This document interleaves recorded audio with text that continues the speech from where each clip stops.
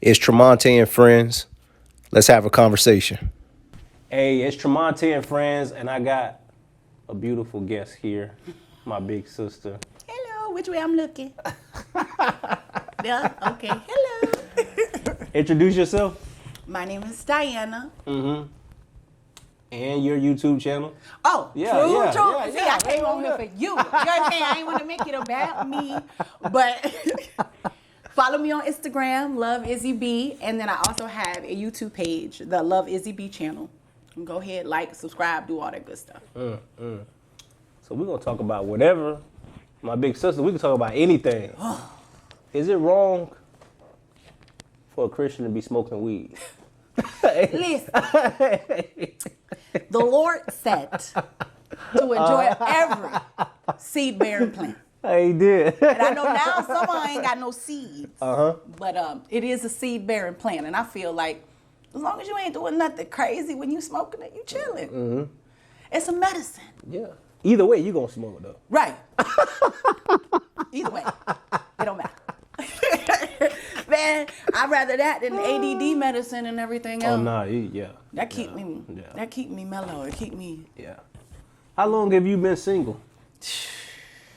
Technically, I'm not single. Hold on now. So we I don't want to make nobody upset. You know what I mean? What you mean? Explain, please. Technically, I got a boo thing. Oh, you do? Yeah, Okay. yeah. But Salute to him. You know what I mean? I don't want to cause no trouble. Nah, he ain't causing no trouble. He long distance though. But Okay. I was single for a little while. But then they be wanting to snatch your girl up. Your DMs be popping? Yeah, niggas is out of control. I mean, Negroes is out of control. It's just the DM bandits, man. It's just like a epidemic. Yeah. It's crazy. I think dudes are just hot from one DM to the next, man. That's all it is. It's a numbers game. Yeah. They put out 20 hey beautifuls. Out of the 22 respond. You get, and then out of the one's a thought, so he can get it that night.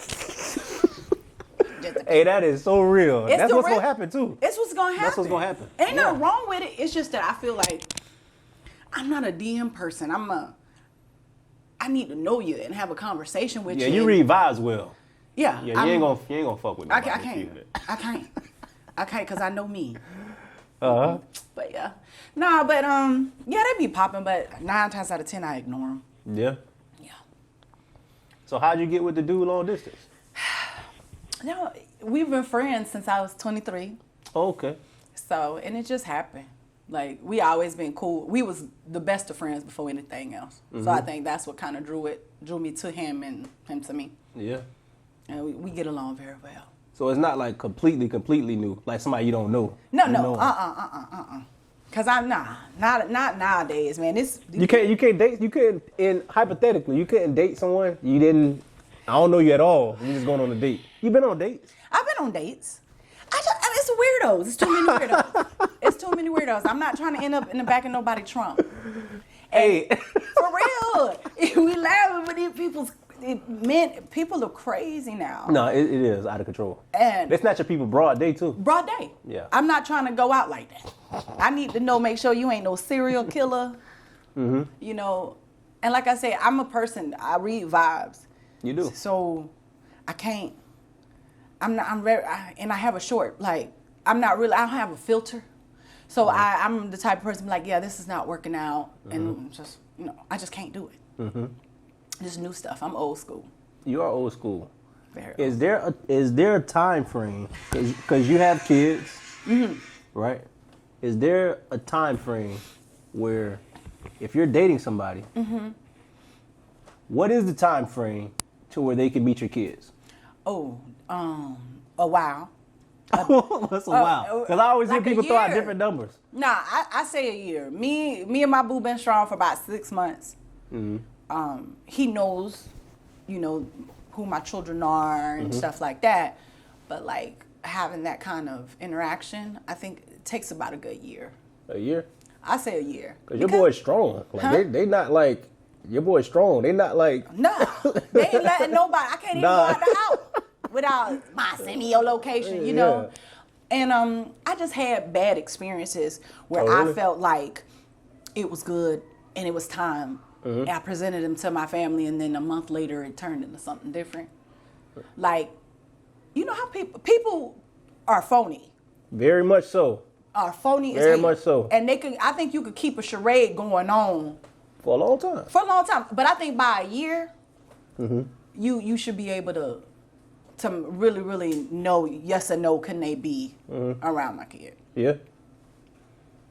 So you said something went wrong. So once you introduce people to your family, do you feel like people change afterwards? Yeah. Especially dudes. Why would they change? I don't know. Why would they change for the worse after they met your family? When they want to like, I'm going to stay on the righteous path. You know, I got to meet their family. Come on. These Negroes don't even know how to spell righteous. No, for real. I just think with the wrong person, they get comfortable. Oh, I done met her fam, so I'm in there. You know? So they get comfortable. So I don't think they turn for the worse, they just show their true colors. And you know, they're like, oh, I'm in here, and they think they got it locked in.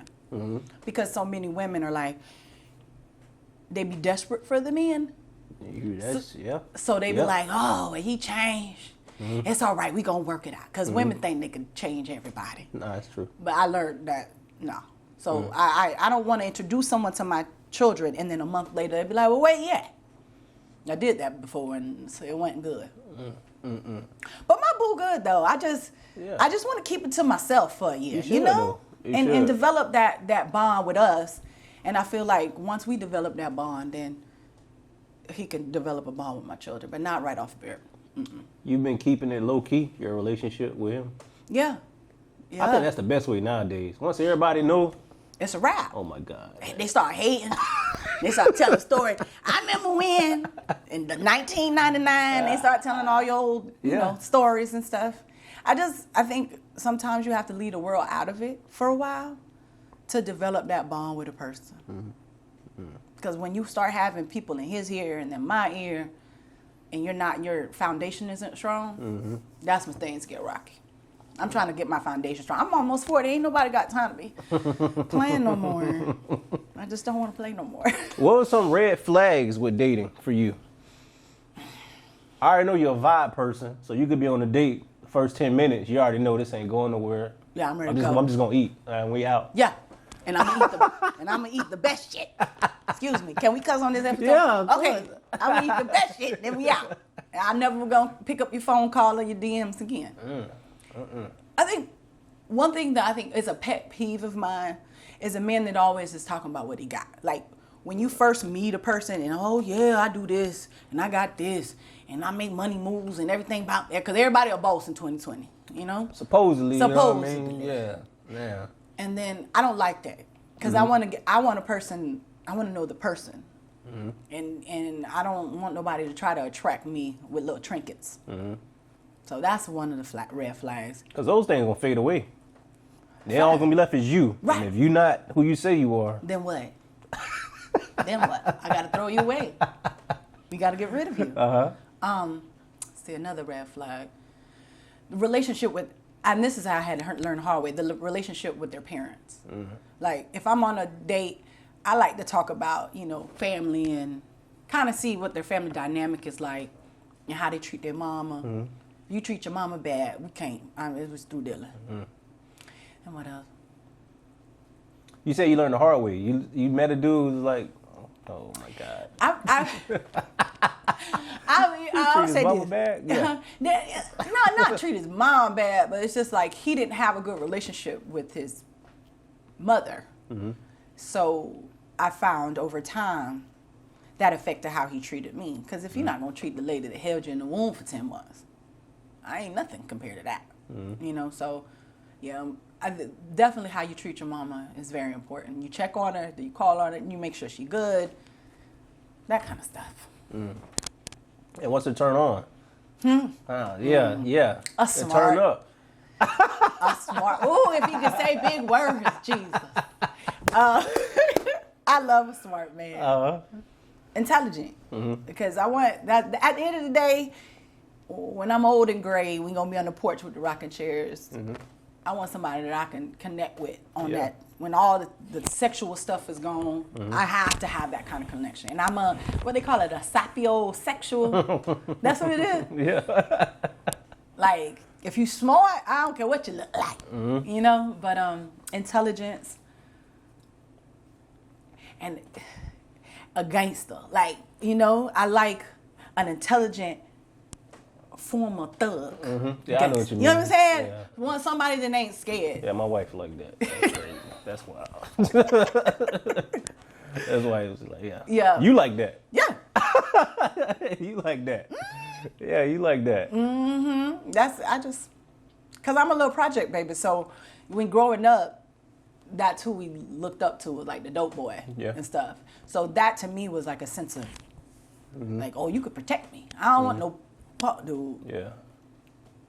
That's not gonna look good, man. No, man. If If somebody something try go to that grab, right. if you get beat up in front of me, It's over? no.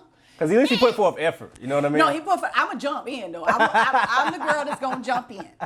But, no, you know, I need somebody that's at least stronger than me, too, because I'm a strong-willed woman. So. You're strong-minded, man. Strong-minded. So I can't mess with no punk. And you like one of those people, you mean what you say. So, like, if you have an opinion on something, you'll stand by your opinion. You're not just going to, like, somebody else say something like, oh, yeah, I agree. You'll be like, nah, that's what... It's what I said. I said what I said. Yeah. Yeah. I mean, see you said on some of my posts. Like, she's not going to budge, guys. She's not going to budge, all. man. Sorry. You know what I mean? She's not going to budge. I mean, but I'm not an idiot either. Like, I'll listen. And if you give a good argument, you could change my mind, but you got to give a good argument. But I stand by what I stand by. And that's it. You have like a wealth of experience with a bunch of different things. Your kids, if the man, okay, I'm going to try to frame this the right way, right? Okay. So if anybody, even the current guy you're seeing, Right.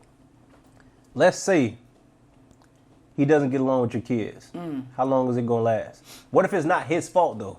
What if your kid's just like, this my mama, can't nobody... Nah, like if it's my kids on that, it just depends. I like to have dialogue with my kids. So I'm like, okay, so what is it? Is it just because you're trying to protect me, or do you see something? And, you know, but getting along with my kids, I feel like is top priority. But I also realize that my children are very jealous and very overprotective.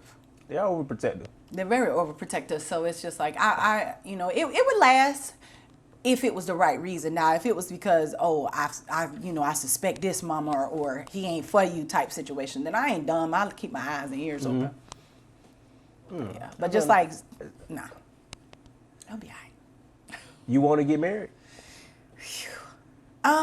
Anybody, let me tell you something, man. Anybody that, my female friends, if they're like over 33, 34, and they're not married, that same response, each of them get that same response. Like, yeah, it's like a good idea, but do I really need to? Right. That's crazy, man. I mean, to me, like, marriage is pushed on little girls from like Society, yeah, it is. It's from society pushes little, on. you know, and that's all you. I dream of my wedding flowers. I didn't, because I didn't believe in marriage. It doesn't mean that I haven't been proposed to. I've said no. You know? Oh, really? Oh yeah, I've been proposed to twice. Dang. Why'd you say no? Cause I ain't like them like that. Not like a forever like that. They obviously didn't do that. No, because niggas just be wanting to trap. They be trying to trap you. Have a baby overnight, we gonna get married. No, it don't work like that. But I would like to get married one day. Yeah. I'm open to it. But you're not like, you're not like all the way in on it. You just saying like you open to it, because you're not. And once again, all of y'all who are my friends, each of y'all is weird. Each of y'all don't like to be controlled. You like to be told what to do. No. And a lot of guys, not all guys, a lot of guys who get married, they feel like, I control this person now. You can't talk to this person. You can't do this. You can't wear that. I don't think that's like a healthy marriage. I don't think you should be controlling nobody. Right. But when you get with like a woman who really not with that, that can be like your worst nightmare, man. Oh yeah, it is. So then you're going to think you made a mistake. Exactly. And to me, it's not even control.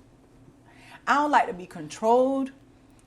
It's not that. Let me see how I'm doing. I'm overly independent. And that's because I grew up with a single mother. My mom had 6 kids and did it dolo. So to me, I knew off rip that I had to be independent. So you can't tell me what to do if you can't match me or be, like, I'm submissive, but you have to be worth me submitting to. And these niggas nowadays ain't. Nah. They want to tell, you know what I'm saying? Baby, tell me you don't want me to go out like that. That's fine. But what are you doing? Like, are you being the man? Men think that it's just like, oh, I could tell her what to do and she got to listen to me. And it's so not that. They think that off rip, too, before they even get to the marriage stage. Right. Like the dating phase, they be trying to, like, that's wild. They be wanting husband, like. Treatment. Early. You ain't cooking and cleaning. Well, nigga. I'm paying half the bills. Like, I'm confused. We both go to work. I'm confused. That's the thing that pissed me off, I think, the worst with these new age dudes. They want their woman to be like their mother or their grandmother. But they don't want to be like their father or their grandfather. Like, they don't want to take on the full responsibility of being a provider. Right. But then they want the woman to take the full responsibility of being like the nurturer and take care of the home. If I'm paying half the bills and we're both working, it's a team effort. Like, right. No, you ain't gonna pay half the bills, come home and think I'm gonna cook, clean, and do everything else, and then be a porn star. Like, that's just not gonna work. I'm tired. I don't want to. It's just how it is. Have you, when you were dating, because you're not dating right now, because you're in a committed relationship. Committed. Right, man. I don't Off want the no market. trouble, man. When you were dating, what are some of the common things you were running into that would turn you off, which led you to get into a relationship with somebody else? Because other dudes didn't make it. Loyalty. People don't have that anymore. It's just like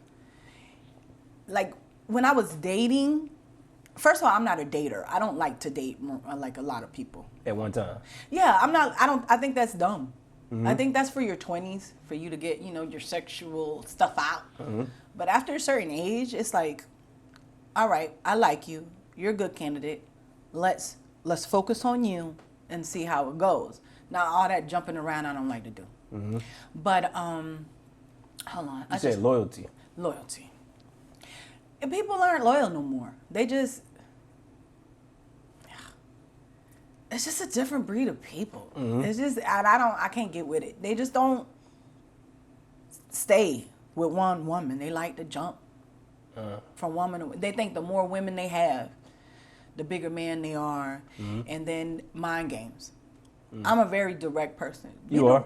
Be direct with me. And it might hurt my feelings a little bit, my pride a little bit, but I'm mature enough to understand that I'm not always right and I always don't have the answers. But people aren't direct. People are not loyal, and they're just plain out whores. That's what it is. It be like that out here. I ain't been out here in a long time. Hopefully I'm never out here again, because it look crazy out here. I be hearing horror stories, man. I don't want to be a part of this jungle, man. And the women ain't no better.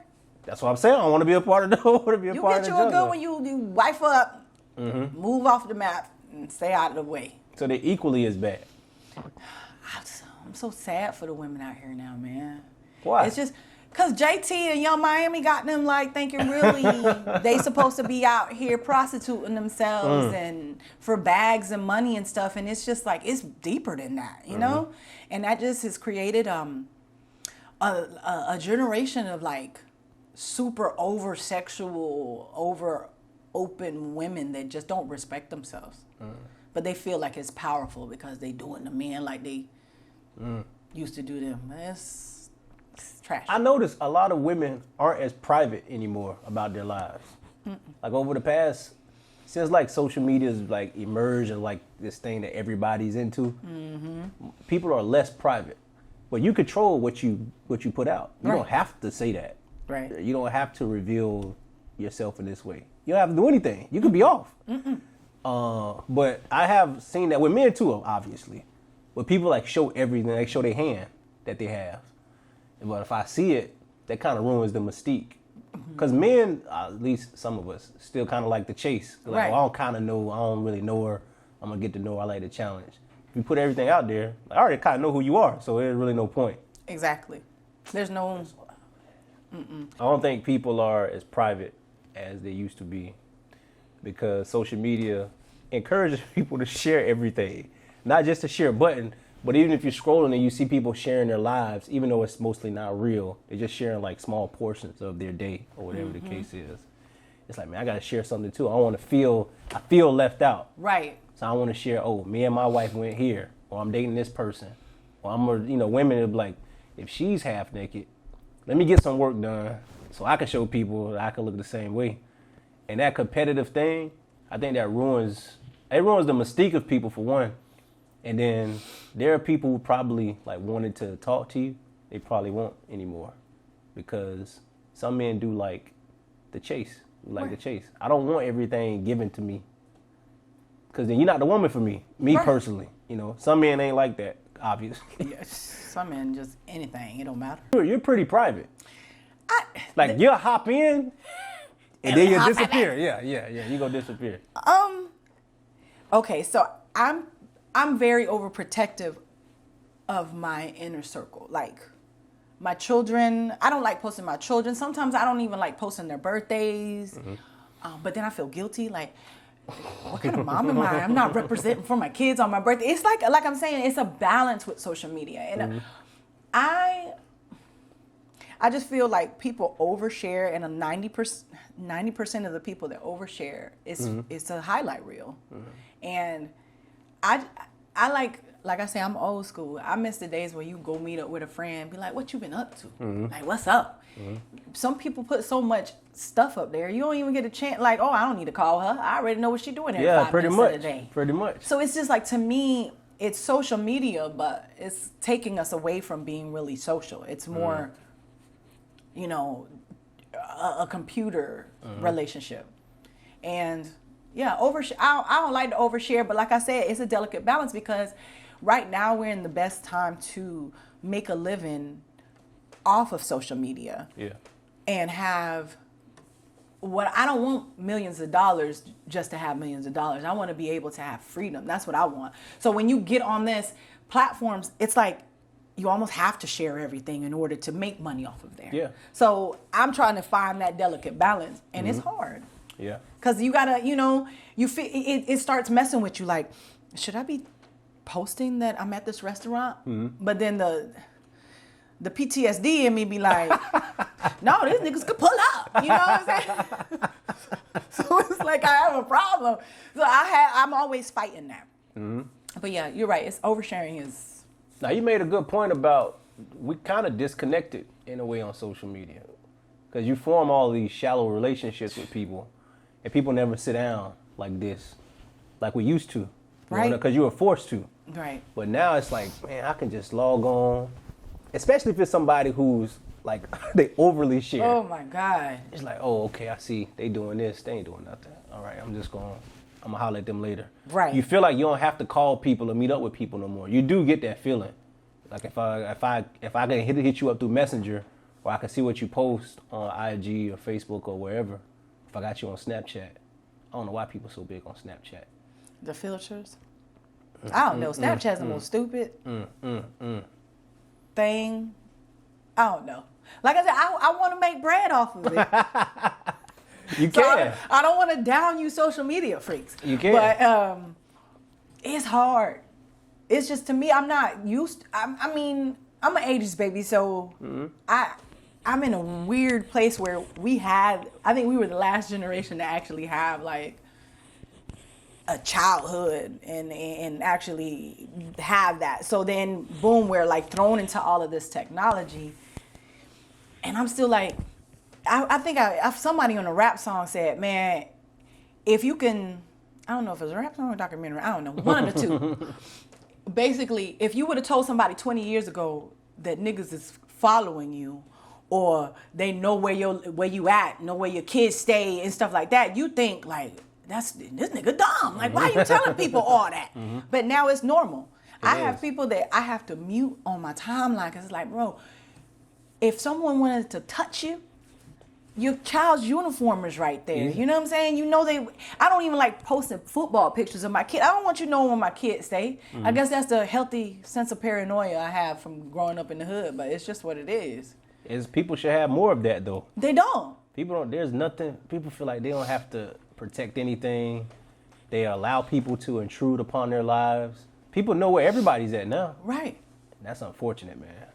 It's sad. And then I was reading something else, a girl, it was like one of those memes or something, basically saying, you out here posting your man's favorite meal and y'all favorite place to go out and your lingerie and all this.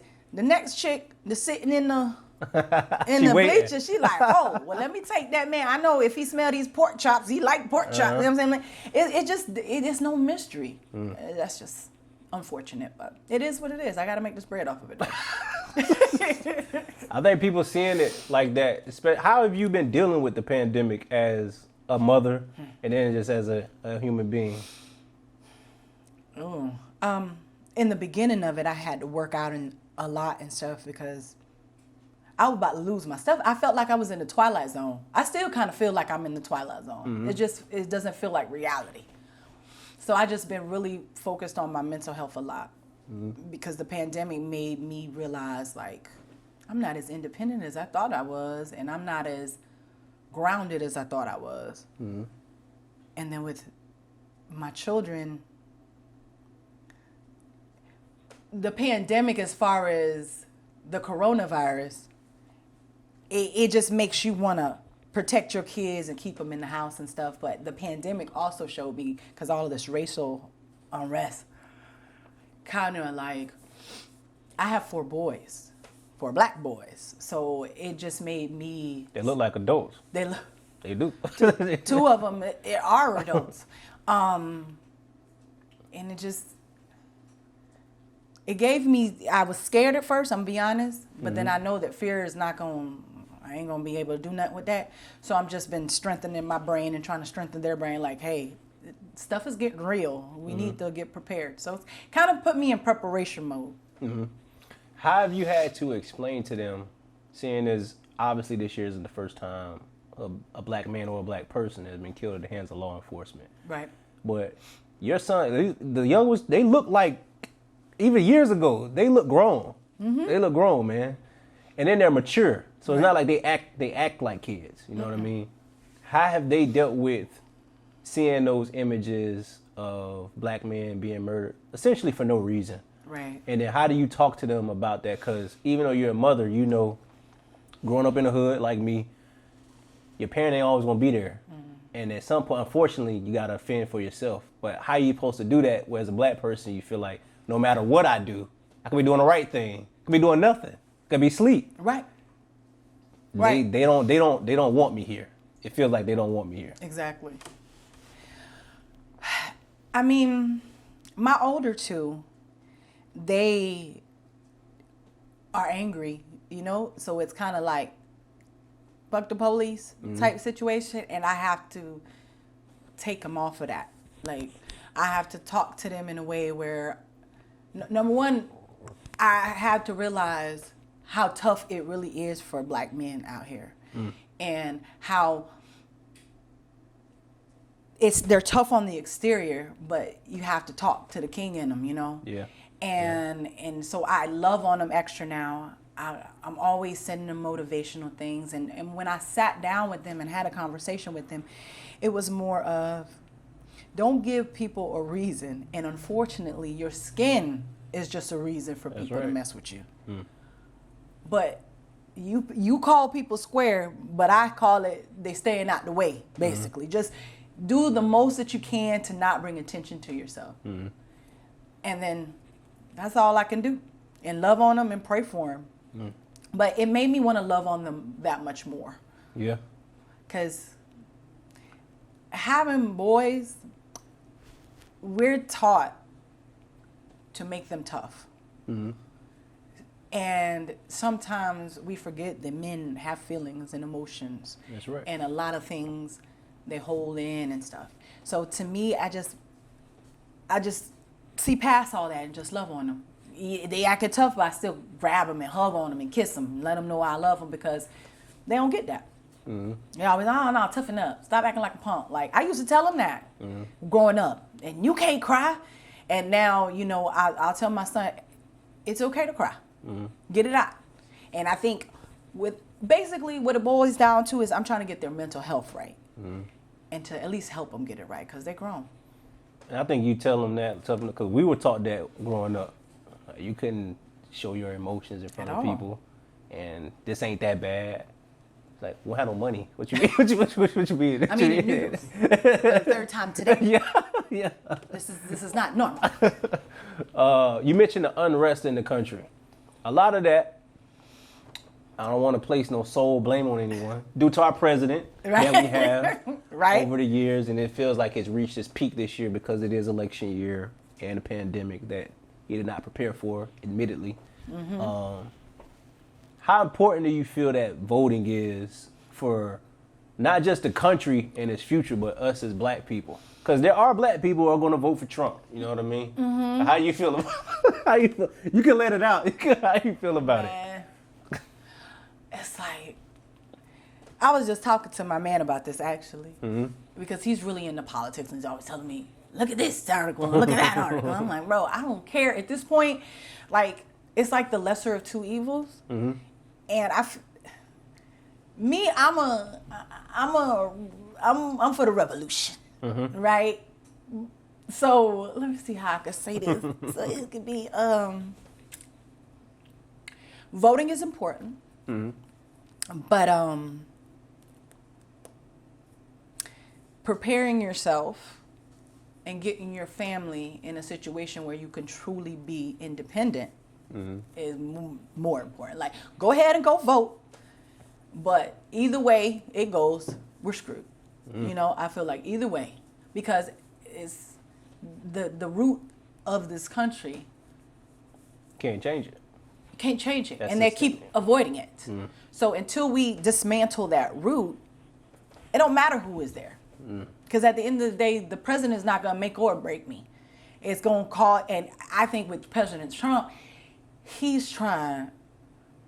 wants to rally up the retards.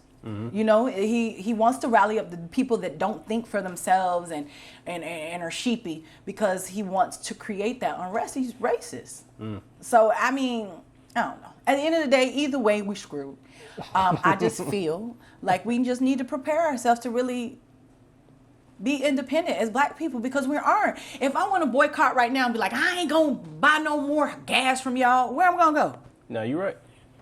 You know, or where at the grocery store, Walmart closed, we all screwed. We all hungry. Yeah. We What you going to eat? What it's we gonna all eat? owned by white people. Exactly.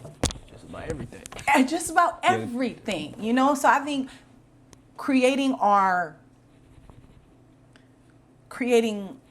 own businesses and is going to be the most important part. Have you ever been more independent minded than you were this year? Has this year done something to you? Yeah. Like, I got to get to it. I've always had it in the back of my head. But now it's just like, I don't even want to buy a house. I want to buy a farm. Like, that's what I'm on. Some land. I want some land. I don't even want a house. I want some land. I want to learn how to garden. I want to learn how to can, like the grandmas did. I think we should start looking at what we used to do back then when we had no choice, because they wouldn't let us frequent their businesses. Okay, you don't want us to go there? Well, we create our own stuff. But then they ain't like that, because we came to, you know what I'm saying? So it made me say we have to get more independent. And it starts with the man in the mirror. I had to start working on, okay, Diana, what can you do to make yourself, to get there? So yeah, it definitely changed me. Do you feel like you have a good support system to continue doing what you're doing? Because you are a strong mind. Like, if nobody has your back, you're going to keep doing it. Right. Yeah. Okay, so I'm the matriarch in training. Okay. A little history about me. My mom and my father came in the 80s in the boat lift from Cuba. Oh, really? So it was just my mom, my dad, and us. My dad died, and it's just my mom. So basically, we all we got. So I'm the matriarch in training. So what I do typically they follow. So my family is a good support system. All of them on board with whatever. And we've had these discussions, and they're pretty the same way. They all think the same. So your family like migrated from why do you think immigrants vote for Trump? Why they love him so much? Because it's dumb. Because they dumb. I've been talking to my wife about that.